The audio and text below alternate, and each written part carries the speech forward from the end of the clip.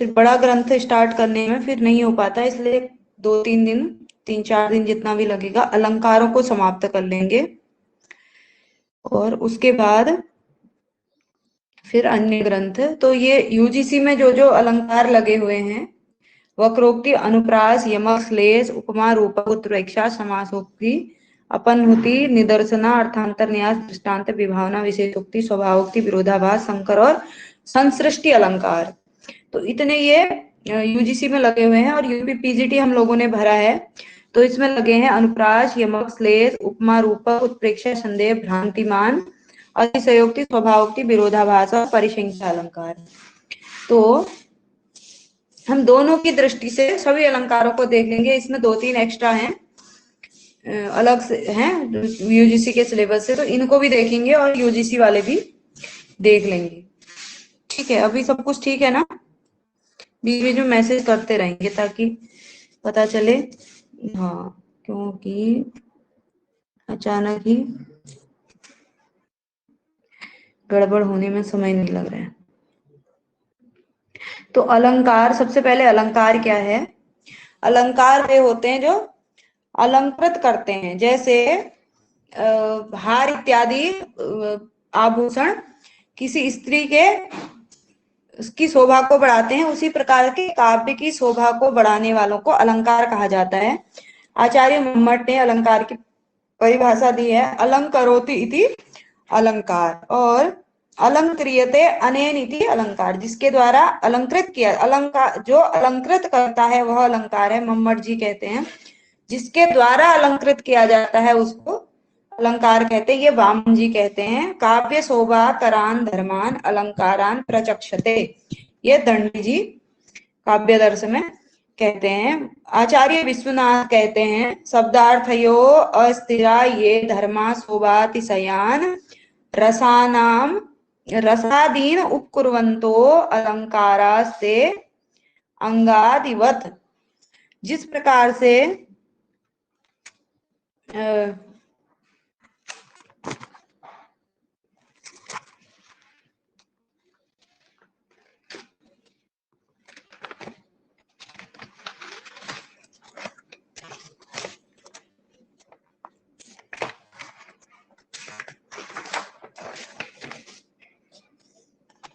एक मिनट,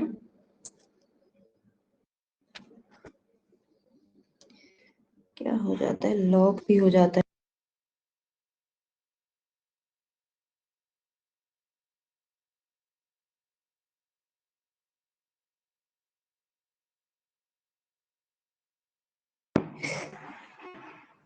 सुप्रभात भास्कर जी, मच्छरों ने भी परेशान किया हुआ है और लाइट ने भी। चलिए, शब्दार्थयो अस्थिरा ये धर्मा शोभातिशयिनः रसादीन उपकुर्वन्तो अलंकारास्ते अंगदादिवत। अंगद आदि मतलब होता है बाजूबंद इत्यादि जो आभूषण होते हैं उनके समान मनुष्य के शरीर की जिस प्रकार से अंगद इत्यादि यानी कि बाजूबंद इत्यादि क्या करते हैं, शोभा करते हैं, उसी प्रकार से। अभी भी कम आ रही है क्या आवाज? अन्य लोगों को भी कम आ रही है क्या?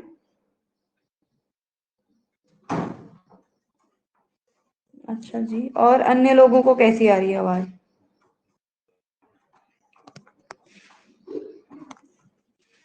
अच्छा, हाँ सही है, आपके वहां कुछ प्रॉब्लम हो सकता है।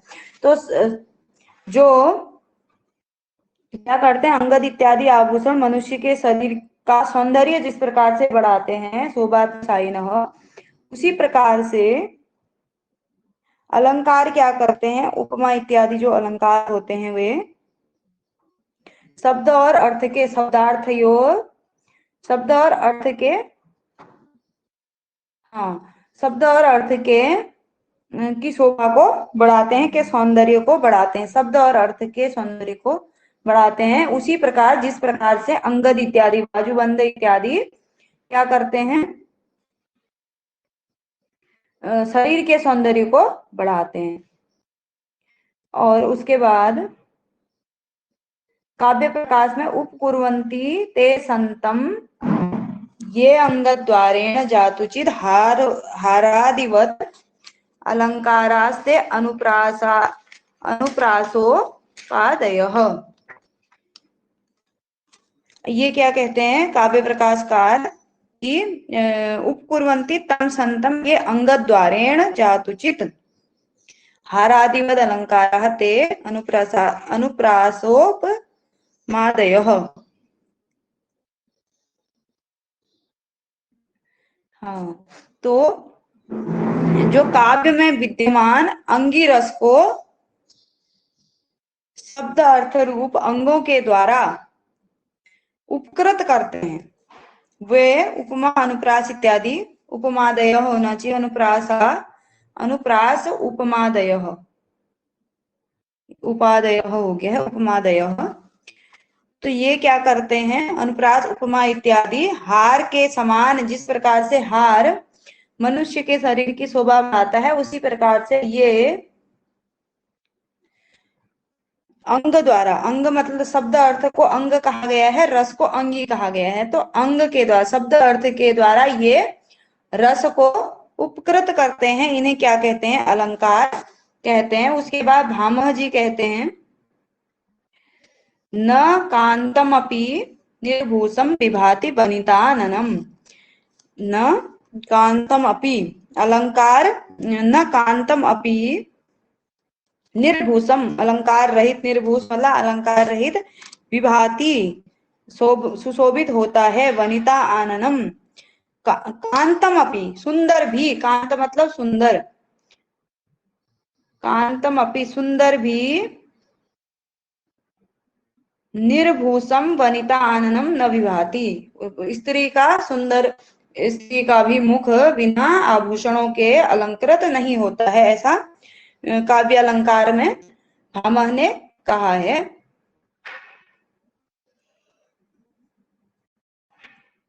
उसके बाद अलंकारों के भेद कितने हैं, तो शब्दालंकार और अर्थालंकार, तीसरे उभयालंकार, तीन प्रकार के अलंकार कहे गए हैं।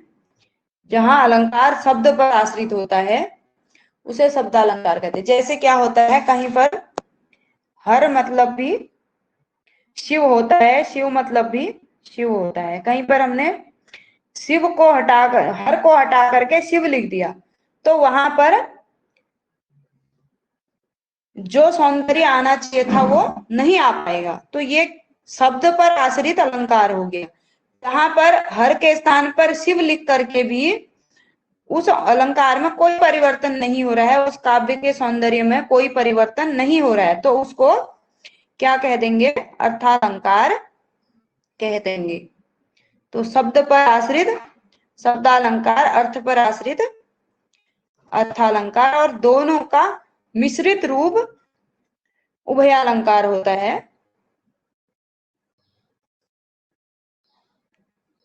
उसी प्रकार से इसमें कहा गया परिवर्तन सहत्व या परिवर्तन ना सहत्व पर निर्भर करता है, यानी कि शब्द में कोई परिवर्तन कर दिया गया किसी भी श्लोक के, किसी वाक्य के, तो वहां पर यदि अलंकारत्व तो उसका दिख रहा है तो वह अर्थालंकार हो जाएगा, और यदि नहीं दिख रहा है तो फिर हटा देने पर नहीं दिखेगा तो वह शब्दालंकार हो जाएगा। ठीक है,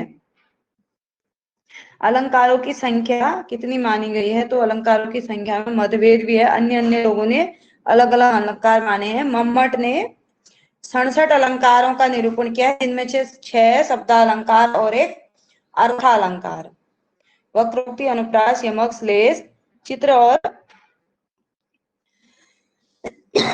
अर्थालंकार हैं 61, उपमा इत्यादि 61 अर्थालंकार। कहीं कहीं पर यह पुनरुक्त वदाभास अलंकार को क्या माना जाता है, उभयालंकार भी माना जाता है। तो वैसे काव्य प्रकाश में 6 प्रकार के शब्दालंकार दिए गए हैं, वक्रोक्ति, अनुप्रास, यमक, श्लेष और चित्र अलंकार, पुनरुक्त वदाभास अलंकार।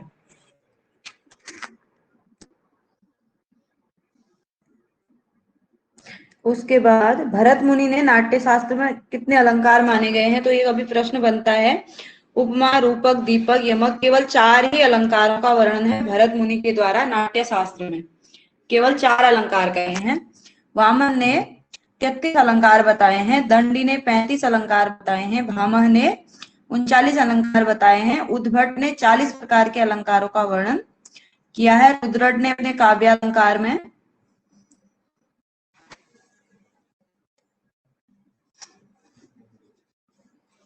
क्या किया है,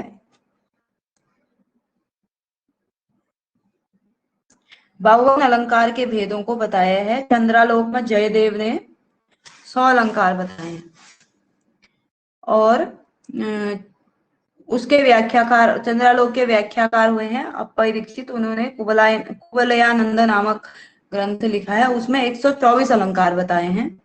तो इस प्रकार से कई मतभेद हैं। हमसे मम्मट का पूछा जाता है, तो मम्मट ने 67 अलंकारों का जिक्र किया है। मम्मट के अनुसार शब्दालंकार कितने हैं ऐसा पूछा जा सकता है, अर्थालंकार कितने हैं ऐसा पूछा जा सकता है।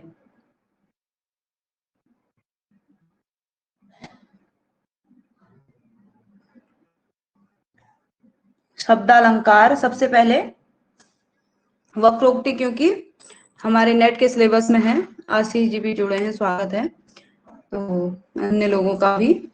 तो वक्रोक्ति वह अलंकार है जहां श्लेष के कारण अथवा काकू के कारण किसी अन्य अर्थ में लगा लिया जाता है। कहने वाला कुछ और कहता है, और वक्रोक्ति और श्लेष में इतना अंतर है कि वक्रोक्ति में ऐसा होता है मुंह के द्वारा बोल करके प्रश्न उत्तरी इत्यादि में अलग अर्थ ले लिया जाता है, और श्लेष में क्या होता है उसी शब्द के अंदर सामान्य से किसी श्लोक में उसी शब्द में चिपका हुआ अर्थ होता है। तो श्लेष, जैसे वक्रोक्ति में जो श्लेष वक्रोक्ति है ना, 2 प्रकार अभी देखेंगे। तो वक्रोक्ति शब्दालंकार है जब कहने में क्या होता है, कोई कह रहा है तो सुनने वाला कुछ और अर्थ ले लेता है, तो ये वक्रोक्ति है, उक्ति बोलने के द्वारा। और ये 2 प्रकार की होती है, श्लेष वक्रोक्ति और काकू वक्रोक्ति। श्लेष में भी सभंग और अभंग आ जाता है, और काकू वक्रोक्ति में केवल बोलने के लहजे से अर्थ इत्यादि की भिन्नता नहीं होती है, ना ही शब्दों को तोड़ करके सभंग अभंग होता है, परंतु केवल बोलने, शब्द के बोलने मात्र से ही उसके लहजे से अलग अर्थ ले लिया जाता है, तो वह काकू वक्रोक्ति होती है। और श्लेष वक्रोक्ति जिसमें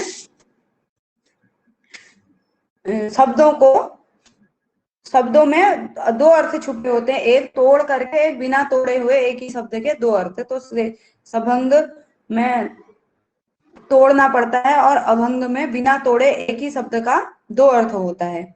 ये विश्वनाथ जी कहते हैं, अन्यस्य अन्यार्थकम वाक्यम अन्यथा योजयेत यदि अन्यः श्लेषेण काक्वा वा सा वक्रोक्ति द्विधा। वक्रोक्ति 2 प्रकार की होती है, ऐसा साहित्य दर्पणकार कहते हैं। तो एक अन्यस्य अन्यार्थकम, अन्य अर्थ का अन्य अर्थ में ले लिया जाता है, तो अन्य शब्द का अर्थ अन्य अर्थ लेकर के वाक्य में अन्यथा योजयेत, अन्य दूसरे ढंग से जोड़ दिया जाता है, दूसरा अर्थ ग्रहण कर लिया जाता है। तो श्लेष और काकू के द्वारा वह वक्रोक्ति 2 प्रकार की होती है। उसके बाद काव्य प्रकाशकार ने कहा है, यद युक्तम अन्यथा वाक्यम अन्यथा अन्येन योज्यते श्लेषेण काक्वा वा गेया स वक्रोक्ति द्विधा। यद युक्तम अन्यथा वाक्यम, जैसा कहा गया हो, अन्यथा अन्येन योज्यते, जैसा कहा गया है उसको अन्य प्रकार से ले लिया जाता है, तो उसे वक्रोक्ति कहते हैं। वह 2 प्रकार की होती है, श्लेष और काकू के द्वारा। तो अब सबसे पहले श्लेष वक्रोक्ति देखते हैं, उसमें भी सभंग श्लेष का उदाहरण है। नारीणाम अनुकूलम आचरसी चेत जानासी। यहाँ पर क्या होता है, दो लोगों का संवाद होता है, तो उसमें बोलने वाला कुछ और बोलता है, सुनने वाला कुछ और सुन लेता है। ठीक है। नारीणाम अनुकूलम आचरसी, स्त्रियों के, कहने वाले ने कहा स्त्रियों के अनुकूल यदि व्यवहार करते हो तो जानासी, मतलब समझदार हो, तुम जानने वाले हो, समझदार हो। ठीक। और दूसरे वाले ने क्या सुना, नारीणाम को न अरिणाम, शत्रुओं के अनुकूल यदि न आचरसी, ठीक है, शत्रुओं के अनुकूल व्यवहार नहीं करते हो तो जानासी, समझदार हो। और उसने जवाब क्या दिया,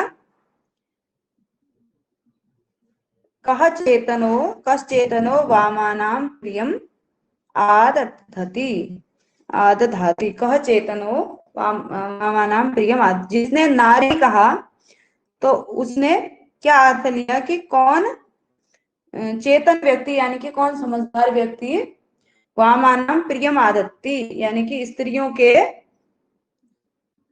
वामा मतलब स्त्रियां भी होता है, वामा मतलब शत्रु, विपरीत आचरण करने वाले शत्रु भी होता है। बहुत ज्यादा मच्छर घुस गए हैं, एक मिनट।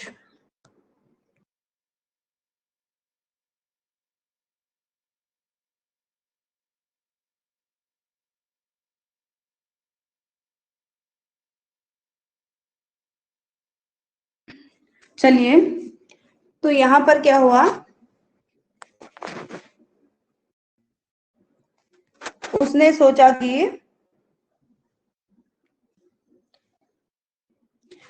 स्त्रियों के अधीन कौन, चेतन कौन समझदार व्यक्ति स्त्रियों के अधीन रहेगा, क्योंकि उसने उत्तर देने वाला, ये यहाँ से लेकर के यहाँ तक दूसरे व्यक्ति का है। ये पहले व्यक्ति ने कहा कि यदि स्त्रियों के अनुकूल व्यवहार करते हो तो चेतन हो, चेत जानासी, आप समझदार हो। और उसने, जब उसने स्त्री का कहा तो वो अर्थ भी सामने वाले का स्त्री ही लेगा, तो उसने कहा कि कौन चेतन व्यक्ति, सामने वाले ने उत्तर दिया कौन चेतन व्यक्ति, वामानाम प्रियम आदति, स्त्रियों के उस पर रहेगा, स्त्रियों के नियंत्रण में रहेगा। और दूसरे ने समझा कौन चेतन, उसने कहा ये, यदि उसने न अरिणाम समझा तो उसने उत्तर दिया कि कौन चेतन व्यक्ति वामानाम शत्रुओं, विपरीत लोगों के लिए अच्छा करेगा, प्रियम आदत, उनके, उनको प्रिय लगने वाला कार्य करेगा। तो फिर जिसने नारी का अर्थ लिया था वह कहता है, नारी के अर्थ में जो बात कर रहा है, हित कृत नैव अबलानाम भवान, क्या आप अबला, अबलाओं के हितकारी नहीं हैं। तो सामने वाला क्या समझेगा कि हितकृत नैव अबलानाम भवान का हित को कर्तन करने वाले, क्या आप हित को काटने वाले, अबलों के हित को काटने वाले नहीं हैं। तो फिर क्या हुआ, उसने उत्तर क्या दिया, युक्तम ही हित कर्तनम ननु बलाभाव प्रसिद्ध आत्मनः, युक्तम किम, क्या युक्त है, हित कर्तनम, हित का कर्तन करना, हित को काट देना, उनके हित को समाप्त कर देना, ननु बलाभाव प्रसिद्ध आत्मनः, जो बलाभाव, बल के अभाव से प्रसिद्ध, यानी कि जो दुर्बल हैं उनके हितों को काट देना। क्या उन्होंने तो कहा कि तुम क्या हितकर्ता नहीं हो अबलों के, और उसने ये समझा कि ऐसा कह रहा है कि तुम हितों का कर्तन करने वाले नहीं हो। तो पूछा है क्या युक्त है हितों का काटना, क्या जो अबल भाव से प्रसिद्ध है, यानी कि जो दुर्बल हैं उनको, उनके हितों को समाप्त कर देना क्या प्रसिद्ध है। दूसरा व्यक्ति क्या युक्त है, सही है। तो दूसरा व्यक्ति ये बला भाव से क्या अर्थ लेता है, बहुत मजेदार बात है। बला भाव से, बला भाव प्रसिद्ध आत्मन, बल के अभाव, यानी कि बल को, बल नामक शत्रु को समाप्त कर देने से जो प्रसिद्ध है, यानी कि ऐसा कौन है, इंद्र, इसका अर्थ वह ले लेता है इंद्र। तो क्या कहता है, सामर्थ्यम ही, उसने कहा क्या युक्त है, बला भाव से प्रसिद्ध जो हैं उनके हितों को काटना क्या युक्त है, सही है। तो सामने वाले ने ये लिया बला भाव प्रसिद्ध आत्मनः से इंद्र का अर्थ लिया, सामर्थ्यम भवतः पुरंदरम पुरंदरम तच्छेदम विधातुम कुतः। तो क्या सामर्थ्यम भवतः, आप में सामर्थ्य है पुरंदर यानी कि इंद्र के हित कर्तन की बात हुई थी ना, इंद्र का जो है, इंद्र के हित का नाश करना, इसकी तुम में सामर्थ्य है क्या आप इंद्र के हित का कर्तन कर सकते हैं। तो इस प्रकार से ये एक शब्द का ही अलग अर्थ ले लिया जाता है। तो यहाँ पर ये सभंग श्लेष का उदाहरण है, ठीक है, क्योंकि न अरिणाम नारिणाम ऐसे लिया जाता है। उसके बाद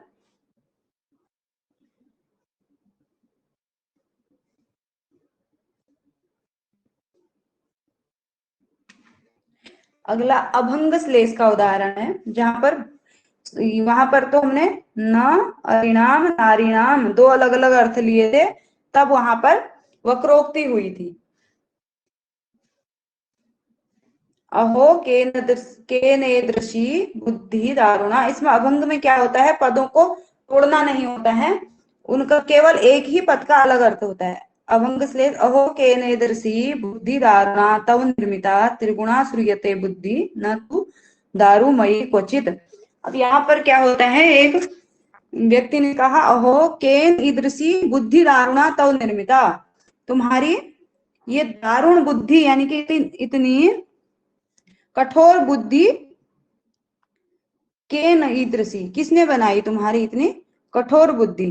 तो सामने वाले ने दारुणा का मतलब कठोर और लकड़ी दोनों, दारुण इसका अर्थ होता है, उसने क्या समझ लिया, लकड़ी की बुद्धि। उसने तो तुम्हारी ऐसी कठोर बुद्धि किसने बनाई ऐसा कहा, उसने क्या समझा, लकड़ी की बुद्धि। त्रिगुणा सूर्यते बुद्धि न तु दारुमयी क्वचित, बुद्धि त्रिगुणात्मक बुद्धि तो सुनी जाती है, सत्व रजस तम से युक्त बुद्धि तो सुनी जाती है, परंतु दारुमयी लकड़ी की बुद्धि नहीं सुनी जाती है। तो एक ही शब्द के दो अर्थ होने के कारण यहाँ पर अभंग श्लेष हो गया। उसके बाद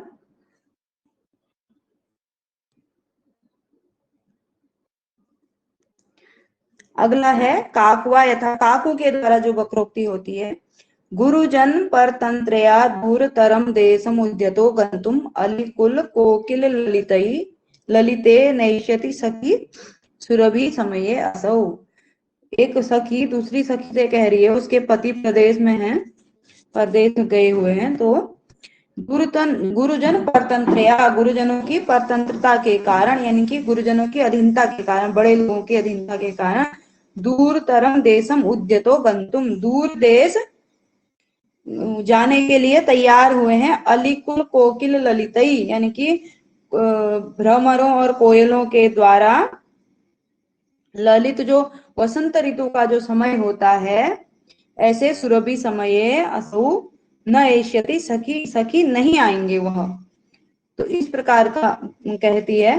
तो नैष्यति इस पद से सखी उसके बोलने के लहजे से, इसमें केवल नहीं आएंगे सामान्य शब्द है, नहीं मतलब नहीं आएंगे, इस प्रकार से ये प्रश्न टाइप का बन जाता है। तो वह नहीं आएंगे क्या ऐसा समझ करके अवश्य ही आएंगे ऐसा समझ लेती है। तो यहाँ पर काकू के द्वारा वक्रोक्ति होती है। एक क्या होता है, खा लिया, ठीक है, और दूसरा खा लिया, इसी से क्या हो जाएगा, प्रश्नवाचक बन जाएगा। सामने वाले को मैंने कहा खाना खा लिया, तो आप समझेंगे कि मैम कह रही है कि मैंने खा लिया खाना, और दूसरा खाना खा लिया, तो इससे क्या होगा, पूछने का अर्थ हो जाता है। तो ये काकू वक्रोक्ति है। यहाँ पर एक ही अर्थ एक ही होता है, लेकिन क्या होता है, बोलने के लहजे से सामने वाला कुछ और समझ लेता है।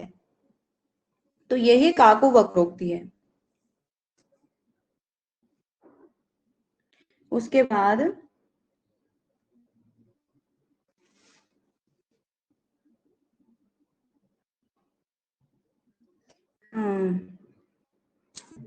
चलिए, बसंत के समय आ गया सखी प्रिय से मिलने के अवसर पर जाएंगे। चलिए आगे, अनुप्रास अलंकार। ये अनुप्रास साहित्य दर्पण और काव्य प्रकाश दोनों के आधार पर कितने भेद हैं और कितने प्रकार का, पहले सामान्य समझ लेते हैं। एक वर्णों का अनुप्रास और दूसरा शब्दों का अनुप्रास। तो काव्य प्रकाशकार के अनुसार दो प्रकार के पहले अनुप्रास होते हैं, वर्णानुप्रास और पदों का अनुप्रास या शब्दों का अनुप्रास। ठीक है, उसको लाटानुप्रास कहते हैं। और वर्णानुप्रास, वर्णों के अनुप्रास के दो भेद हो जाएंगे, छेकानुप्रास और वृत्त्यानुप्रास। और पदानुप्रास या शब्द के अनुप्रास का, शब्दानुप्रास के 5 भेद हो जाते हैं। तो ये भी सामान्य से ही है। पूरे शब्द का जैसे उसमें क्या होता है, वर्णानुप्रास में केवल वर्णों की अनुवृत्ति होती है, वहां पर पूरे शब्द की अनुवृत्ति होती है, इसलिए वह पदानुप्रास या शब्दानुप्रास कहलाता है। उसे लाटानुप्रास भी कहते हैं। और फिर उसके 5 भेद काव्य प्रकाशकार ने किए हैं। पीडीएफ, हाँ बिल्कुल शेयर कर देंगे ये वाली पीडीएफ। तो वर्ण साम्यम अनुप्रासः छेक वृत्ति गतौ द्विधा सोनेकस्य सकृत पूर्वः एकस्य अपि असकृत परः। यहाँ पर क्या है, वर्ण साम्यम अनुप्रास, वर्णों की समानता, एक ही वर्ण की या अनेक वर्णों की जब समानता होती है तो उसे अनुप्रास कहते हैं। अब सो अनेकस्य सकृत पूर्व, अनेक वर्णों की, सकृत मतलब एक बार, पूर्व, पूर्व मतलब यहाँ पर छेक और वृत्ति कहा है, तो पहले वाला यानी कि जो छेक का अनुप्रास है उसमें क्या होता है, अनेकस्य सकृत पूर्व, यानी कि अनेक वर्णों की एक बार आवृत्ति होती है। और एकस्य अपि असकृत परः, पर मतलब वृत्त्यानुप्रास, एकस्य अपि एक की भी अथवा अनेक वर्णों की भी असकृत बार बार आवृत्ति, इसे वृत्त्यानुप्रास कहते हैं। जहां पर एक वर्ण की अथवा अनेक वर्णों की असकृत अनेक बार आवृत्ति होती है। और छेकानुप्रास में होता है अनेक वर्णों की केवल एक बार आवृत्ति, उसे क्या कहेंगे, छेकानुप्रास। तो उदाहरण से समझेंगे हम। छेकानुप्रास का उदाहरण पहले देख रहे हैं। ततो ऋण परिस्पंद मंदीकृत वपुः शशि दधे काम परीक्षाम कामिनी गंड पांडुताम। अब क्या है, अनेकस्य सकृत एक बार, ठीक है, अनेक वर्णों की सकृत एक बार आवृत्ति। जैसे यहां पर क्या है, न द, और इधर भी न द, ठीक है, कितनी बार आवृत्ति हुई है, एक बार, एक ये हो गया। उसके बाद यहां पर काम, काम, ठीक है, दूसरा वर्ण, इसकी भी एक बार आवृत्ति। उसके बाद न ण ड, ण ड, इसकी भी एक बार आवृत्ति। तो अनेक वर्णों की एक बार आवृत्ति, इसको छेकानुप्रास कहेंगे। अनेक वर्णों की एक बार आवृत्ति, ये अनेक वर्ण है, एक यहाँ पर है, यहाँ पर है, यहाँ पर, तो इनकी अनेक वर्णों की केवल एक एक बार ही अनुवृत्ति हुई है, उसे छेकानुप्रास कहा जाएगा। उसके बाद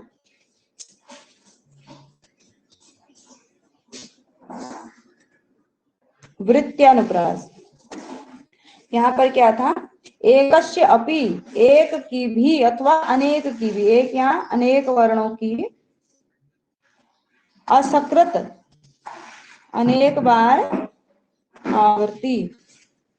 जो ये वृत्ति अनुप्रास होता है ये 3 प्रकार का होता है, इसमें 3 प्रकार की वृत्तियां होती हैं। तो उपनागरिका वृत्ति, परुषा वृत्ति और कोमला वृत्ति। ठीक है, कुछ लोग उपनागरिका में एक उदाहरण देखेंगे, एक कोमला में और एक परुषा में और कोमला में। ठीक है, इसकी 3 वृत्तियां होती हैं। माधुर्य व्यंजक वर्ण उपनागरिकोच्यते। माधुर्य व्यंजक वर्ण, जहां पर माधुर्य व्यंजक वर्ण आए रहते हैं उसे उपनागरिका वृत्ति कहते हैं। यहाँ पर उदाहरण है, अनंग रंग प्रतिमं तदंगम भंगी विरंगी कृतमानतांग्या कुर्वन्ति यूनां सहसा यथेता स्वान्ता निशान्ता परचिंतनानि। यहाँ पर क्या है, अनंग, ङ ङ ङ ङ ङ, एक की भी कहा था या अनेक की भी हो सकती है। तो एक की ही कितनी बार आवृत्ति हुई है, इसमें अनेक बार आई है। और माधुर्य व्यंजक वर्ण है, इसमें अनुनासिक इत्यादि वर्णों का अधिक प्रयोग हुआ है, तो इसलिए इसे उपनागरिका वृत्ति कहेंगे। और एक वर्ण की अनेक बार आवृत्ति आई है, एक वर्ण की भी, और अनेक वर्णों की भी आ सकती है। तो जैसे तो की आवृत्ति बहुत बार आई है इसमें, यहाँ पर तो है, यहाँ पर तो है, यहाँ पर तो है। तो एक या अनेक वर्णों की अनेक बार आवृत्ति उसे वृत्ति अनुप्रास कहेंगे। फिर ये इसके 3 उदाहरण मिलेंगे, क्योंकि 3 वृत्तियां होती हैं, उपनागरिका, परुषा और कोमला वृत्ति। अब परुषा वृत्ति देख लेते हैं। ओज प्रकाशकस्तु परुषा। ओज, जिन वर्णों के द्वारा ओज प्रकाशित होता है, यानी कि क्या होता है, वीर रस जैसा अनुभव होता है। मूर्धना मुद्दत कृता विगल गरल गल द्रप्त संसप्त धारा धौतई सांगधि प्रसादोपतन उपनत जय जगत जात मिथ्याम महिनाम को कैलासोल्लासनेच्छाविति कर पिसुनोत सर्पि दर्पोद्धुराणाम दोषणा चैसाम किमेतत् फलमेव नगरी रक्षणेयत प्रयासः। तो ये यहाँ पर इस श्लोक का भी यदि हम गायन करें तो इससे ही ओज का जैसा अनुभव हो रहा है, वीर रस की जैसी अनुभूति हो रही है। तो यहाँ पर क्या हो जाएगा, परुषा वृत्ति हो जाएगी। और ध ध इस प्रकार से इन वर्णों की क्या हुई है, बार बार अनेक बार आवृत्ति हुई है, एक की अथवा अनेक की। तो इसलिए यहाँ पर क्या हो गया, वृत्ति अनुप्रास तो हुआ ही, और वृत्ति अनुप्रास की परुषा वृत्ति हो जाएगी। जैसे त इसकी बार बार डबल तो की बहुत बार आवृत्ति आई है, तो की बहुत जगहों पर अनुवृत्ति आई है। तो एक की भी अथवा एक या अनेक वर्णों की अनेक बार आवृत्ति, इसे वृत्ति अनुप्रास कहेंगे। और वृत्ति अनुप्रास की 3 वृत्तियां। उसके बाद दूसरा है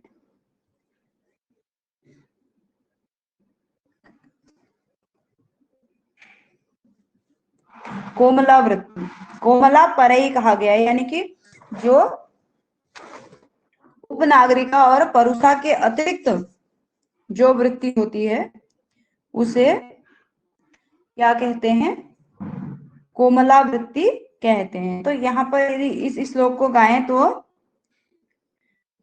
कोमल कोमलता की जैसी अनुभूति हो रही है यहाँ पर। जैसे वहां पर क्या हो रहा था, ओज प्रकाशित हो रहा था। तो यहाँ पर अपसारय घनसारम कुरुहारम दूरम किम कमल कमलई अलमल माली मृणालय रीति वदति दिवानिशम वाला। तो यहाँ पर ये कपूर को हटा दो, हार इत्यादि को दूर कर दो, कमल इत्यादि का क्या प्रयोजन है, अलम अलम आली मृणालई ये मृणाल इत्यादि बहुत हो गए। अलम अलम इति वदति दिवानिशम बाला, निरंतर कोई बाला जिसका पति या प्रेमी उसका दूर है वह इस प्रकार से बोलती है। तो अब यहाँ पर ये कोमलावृत्ति का उदाहरण है। इसमें भी र की बहुत बार अनुवृत्ति आई हुई है, तो इसलिए वृत्त्यनुप्रास हो जाएगा। वृत्त्यनुप्रास की कोमलावृत्ति। ये केसांचिद एता वैदर्भी प्रमुखा रीतयो मता, कुछ लोग इन्हें वैदर्भी इत्यादि रीति कह देते हैं। उद्भट के मत में ये उपनारिका, परुषा और कोमला वृत्तियां हैं, और इसी को बामन और अन्य आचार्य भी कहते हैं। वैदर्भी, गौड़ी और पांचाली रीति इनको ही कहते हैं। उपनागरिका को वैदर्भी कहा गया है, परुषा को गौड़ी और कोमला को पांचाली रीति कहा गया है, बामन और अन्य आचार्यों के द्वारा। ठीक है, उसके बाद आगे देखेंगे। अब हमने और क्या देखा था, हम काव्य प्रकाश के अनुसार ले गए। साहित्य दर्पण वाला देख लेते हैं। साहित्य दर्पणकार ने किस प्रकार से अनुप्रासः शब्द साम्यम वैषम्ये अपि स्वरस्ययत्, ये कहते हैं अनुप्रास शब्द साम्यम वैषम्ये अपि स्वरस्ययत्। उन्होंने वर्ण का अनुप्रास बताया, वर्ण की अनुवृत्ति बताई है। ये शब्द का बोल देते हैं, शब्द का साम्यम ने वर्ण साम्यम अनुप्रास छेक वृत्ति गतो द्विधा, वर्ण साम्य अनुप्रास है ऐसा कहा है। ये कहते हैं शब्द का साम्य क्या है, अनुप्रास है। वैषम्य अपि स्वरस्य, स्वर के वैषम्य होने पर भी शब्द का साम्य होना चाहिए। जैसे यहाँ पर हम देख लेते हैं, यहाँ पर स्वर का वैषम्य है, कामी इस प्रकार से है, इधर काम है, तो स्वर का क्या है, वैषम्य है, लेकिन फिर भी अनुप्रास अलंकार है, तो ये भी थोड़ा सा सही लगता है। यहाँ पर मंदी, यहाँ पर मन न द ऐसे है, तो स्वर का यहाँ पर वैषम्य है, फिर भी अनुप्रास अलंकार है, तो शब्द साम्य होना चाहिए स्वर के वैषम्य पर भी। छेक व्यंजन संघस्य सकृत्य अनेकधा, छेक अनुप्रास किसे कहते हैं, व्यंजन समूह का सकृत साम्य, यानी कि एक बार अनेक व्यंजनों की एक बार आवृत्ति, ऐसा कह दिया। सकृत एक बार, और अनेकस्य एकधा, अनेकों की, अनेक या एक की, साम्य सकृत, साम्य असकृत अपि अनेकधा, असकृत अनेकों की भी असकृत बहुत बार आवृत्ति, तो सेम एक ही बात है, थोड़ा सा शब्दों में परिवर्तन किया गया है। एकस्य सकृत अप्येण वृत्त्यनुप्रास उच्यते, एकस्य सकृत अपि, एक की भी सकृत अपि वृत्त्यनुप्रास उच्यते। फिर उसके बाद इन्होंने छेकानुप्रास, वृत्त्यानुप्रास और श्रुत्यानुप्रास, अंत्यानुप्रास और लाटानुप्रास, तो मम्मट जी ने क्या किया है, केवल 3 भेद करके फिर इसके 5 भेद किए हैं। और इन्होंने साहित्य दर्पणकार यानी कि विश्वनाथ जी ने छेकानुप्रास, वृत्त्यानुप्रास, फिर श्रुत्य और अंत्यानुप्रास एक दो अलग लगा करके टोटल 5 भेद किए हैं।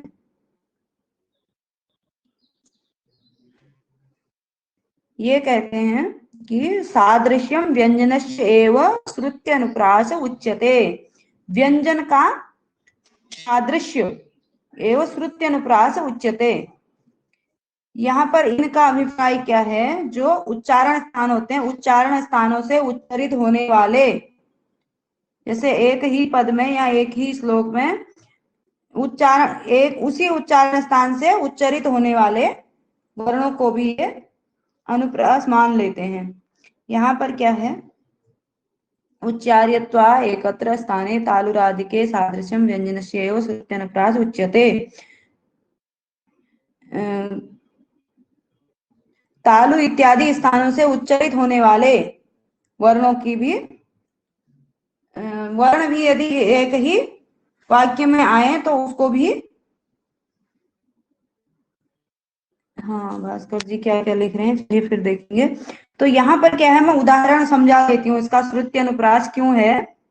जैसे दृशाम दृशा दग्धम मनसिजम जीवयन्ती दृशयो या विरूपाक्षस्य जयनीस्ता स्तुमो वामलोचना। यहाँ पर क्या है, जैसे या य वर्ण की इचु यथानाम तालु, और ज क्या है भी च वर्ग का है तो तालु स्थानीय है। तो इस सुनने में जो मतलब अच्छा लगता है, कहने का अभिप्राय है, जो एक स्थान उच्चारण स्थान के वर्ण होते हैं वे सुनने में सौंदर्य आता है उनमें, और एक ही उच्चारण स्थान के शब्द वर्णों का एक उसमें आना, एक वाक्य में आना, इसको श्रुत्यनुप्रास कहा गया है। जयनी जैसे ये है, यहाँ पर भी ज और य आया हुआ है, तो इधर भी ज और य आया हुआ है, तो एक ही उच्चारण स्थान के वर्ण आए हुए हैं, तो इसे श्रुत्यनुप्रास उनके द्वारा कहा गया है। और दूसरा अंत्यनुप्रास जो उन्होंने कहा है विश्वनाथ जी ने, अंत्यनुप्रास क्या है, व्यंजनम चेत यथावस्थम सहायेन स्वरेण तु आवर्त्यते अंत्योप अंत्योज्य अंत्योज्यत्वात् अंत्यानुप्रास एव तत्। अंत्यानुप्रास क्या होता है, अंत में एक जैसे वर्णों को आना। यदि इसका जो लक्षण बताया है ये नहीं भी समझ में आ रहा तो इसका अभिप्राय यह है, एक जैसे वर्णों का अंत में आना।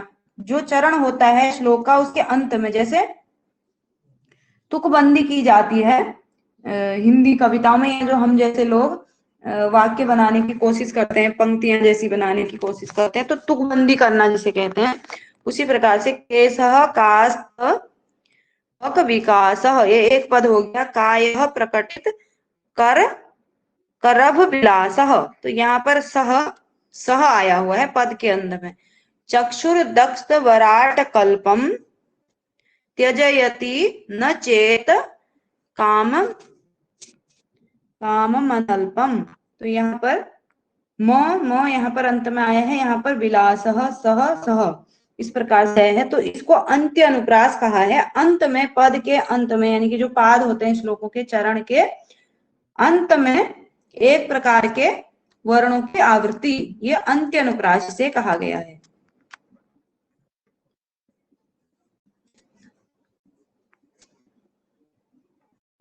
तो उसके बाद लाटानुप्रास आ जाएगा। ठीक है, विश्वनाथ जी के अनुसार श्रुत्यनुप्रास अंत्यानुप्रास समझ गए हैं, और छेदकानुप्रास और वृत्त्यानुप्रास सेम ही है, और लाटानुप्रास भी सेम ही है, केवल श्रुत्य और अंत्यानुप्रास दो उन्होंने एक्स्ट्रा लगाए हैं। शाब्दस्तु लाटानुप्रासो भेदे तात्पर्य मात्रतः, शाब्दस्तु यह शब्दों का अनुप्रास होता है, और केवल इसमें भेद क्या होता है, तात्पर्य मात्र का भेद होता है, यानी कि तात्पर्य क्या लिया जा रहा है उसका, और शब्दों का अर्थ भी वही रहेगा, वाक्य में वही अर्थ रहेगा, शब्द का अलग अर्थ नहीं होगा, और नहीं श्लेष इत्यादि यानी कि तोड़ करके कोई अन्य अर्थ आएगा, केवल एज इट इज उस शब्द का सेम अर्थ रहेगा।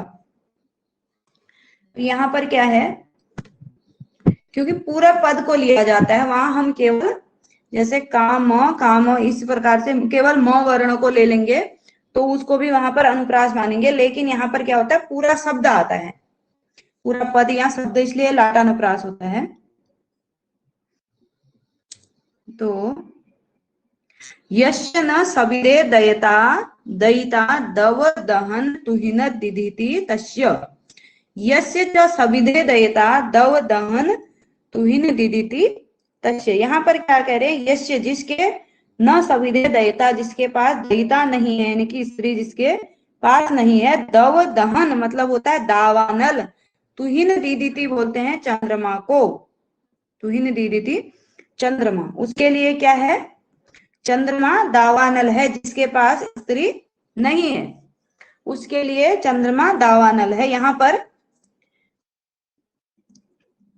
चंद्रमा को दावानल बताया जा रहा है। चंद्रमा क्या हो गया, उद्देश्य जिसके विषय में बोला जा रहा है, चंद्रमा के विषय में बोला जा रहा है, तो वह क्या हो जाएगा, उद्देश्य, चंद्रमा को उद्देश्य किया जा रहा है। और विधेय यहाँ पर दावानल हो जाएगा, चंद्रमा को दावानल कह रहे हैं।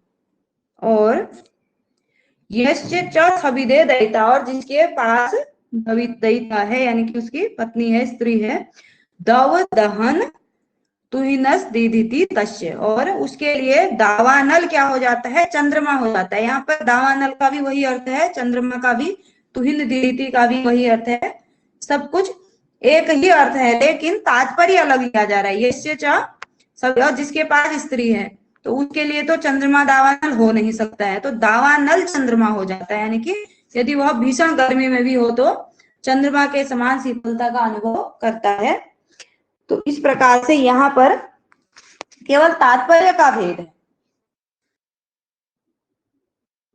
उसके बाद जो लाटानुप्रास 5 प्रकार का बताया है, पदानाम, यहाँ पर अनेक पदों की, ये सब पद आए हुए हैं, अलग अलग शब्द आए हैं। दव दहन तुहिनस दीदी, दव दहन और तुहिनस दीदी, दो अलग अलग पदों का अलग अलग तात्पर्य यहाँ पर लिया गया है, तो इसको पदानाम, ये अधिक पदों का अनुप्रास है, ठीक है। और पदस्य, केवल एक पद की भी का भी अर्थ अलग अलग लिया जाता है, तात्पर्य अलग अलग लिया जाता है, तो वहां पर एक पद वाला अनुप्रास, लाटानुप्रास अलंकार होता है। वदन वर्णित वर्णितान्यास्तस्या सत्यम सुधाकर। वदन मतलब होता है मुख, वर्णितान्या स्त्री का, उस सुंदरी का मुख, सत्यम सुधाकर चंद्रमा के समान है, चंद्रमा है, ठीक है। सुधाकर क्वनु पुनः कलंक विकलो भवेत। सुधाकर क्यों, सुधाकर तो कलंक से युक्त होता है। तो यहाँ पर जैसा मैंने पहले ही बोला, उद्देश्य विधेय वाला तात्पर्य अलग लिया जाता है। तो यहाँ पर पहले वाक्य में क्या है, वर्णितान्यास्याः मुखम सुधाकर, यहाँ पर ये सुधाकर क्या हो गया, विधेय हो गया। और उद्देश्य किसको किया जा रहा है, मुख को सुधाकर बताया जा रहा है, चंद्रमा बताया जा रहा है। यहाँ पर ये सुधाकर उद्देश्य हो जाएगा, क्योंकि इसके विषय में बोला जा रहा है, सुधाकर के विषय में। तो यहाँ वही शब्द सुधाकर मतलब चंद्रमा, वही सेम शब्द क्या है, एक जगह पर विधेय है, एक जगह पर उद्देश्य है, तो इस कारण यहाँ पर लाटानुप्रास हो गया। अर्थ में भी कोई परिवर्तन नहीं आएगा, केवल उद्देश्य विधेय का ही परिवर्तन रहेगा। तो यहाँ पर जैसे ऊपर वाले श्लोक में भी वही बात थी, दावानल और तुहिन दीदिति, चंद्रमा और दावानल दोनों सेम थे। वहां पर एक चीज को उद्देश्य बताया गया था, जहां पर दावानल को उद्देश्य बताया था, चंद्रमा को विधेय, और दूसरी जगह पर दावानल को विधेय और चंद्रमा को उद्देश्य। तो इस प्रकार से ये तात्पर्य मात्र का ही केवल भेद होता है। तो यहाँ पर कहा गया चंद्रमा कहाँ, चंद्रमा तो कलंक से युक्त होता है, तो चंद्रमा के विषय में बोला जा रहा है, इसमें ऊपर वाले में उसके मुख के विषय में बोला जा रहा है, चंद्रमा को विधेय बनाया जा रहा है। तो ये पदों का, केवल एक पद का भी लाटानुप्रास होता है। उसके बाद अगला है, फिर 3 अन्य भेद हैं, एक ही उदाहरण में है, समासे, समास में, ठीक है, एक ही समास में शब्द की आवृत्ति आएगी, और अन्यत्र दो पृथक पृथक समासों में एक ही शब्द की आवृत्ति आएगी। और वृत्य वृत्यो, वृत्य अवृत्यो, यानी कि समास और असमास में आवृत्ति आएगी। एक ही उदाहरण के द्वारा हम देखेंगे।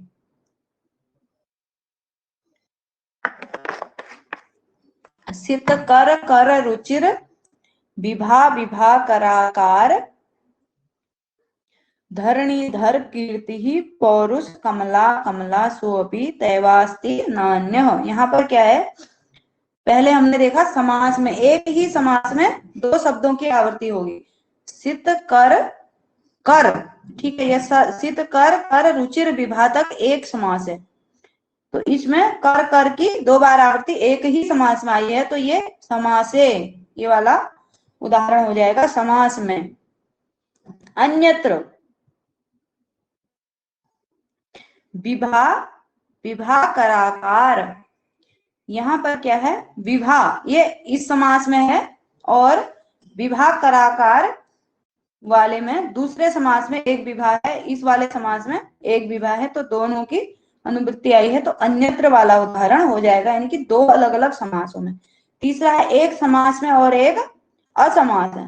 पौरुष कमला ये समास में आया हुआ है, पौरुष कमला, कमला ये समास नहीं है, केवल एक शब्द है, संज्ञा है ये केवल। तो यहाँ पर ये तीसरा वाला वृत्य अवृत्य, समास और असमास में एक ही शब्द की आवृत्ति।